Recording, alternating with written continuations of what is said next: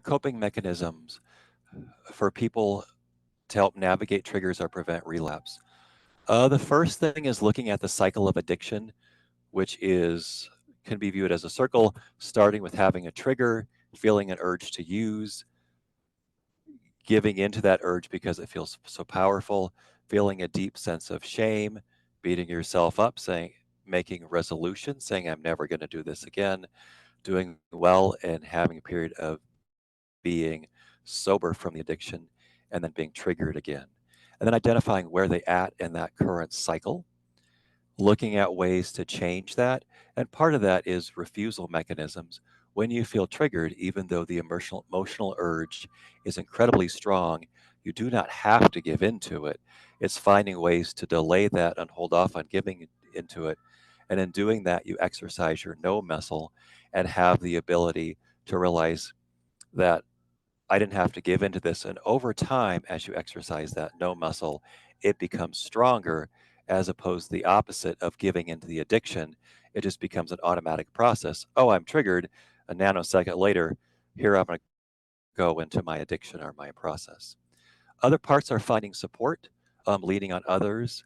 Addiction tends to work really well in isolation, and shame works in isolation. So if that's Alcoholics Anonymous or Cocaine Anonymous or Narcotics Anonymous, Celebrate Recovery, any kind of support group where you can meet with people and be honest, um, and go, I'm not the only one, but have a place to share, someone to reach out to say, hey, I'm having a rough day and I need to be careful today. Just ask me some hard questions later on today. Therapy can also provide that support as well too. But the more support people can have is helpful because addiction tends to be very isolating, and part of the goal is recovery is to unisolate people. The last strategy is finding healthy um, hobbies or pastimes that people can do. Well, golf is expensive, but for example, golf, um, or whatever you want to do, something that you enjoy, having a pet, doing pottery, painting. I mean, fill in the blank, but any kind of healthy activity that you can do, playing music, any healthy activity that you can do when you feel triggered. So you have a place to go to say, hey, I have some needs here. What can I do to meet my needs? I'll pick up my guitar a little bit as opposed to picking up a bottle.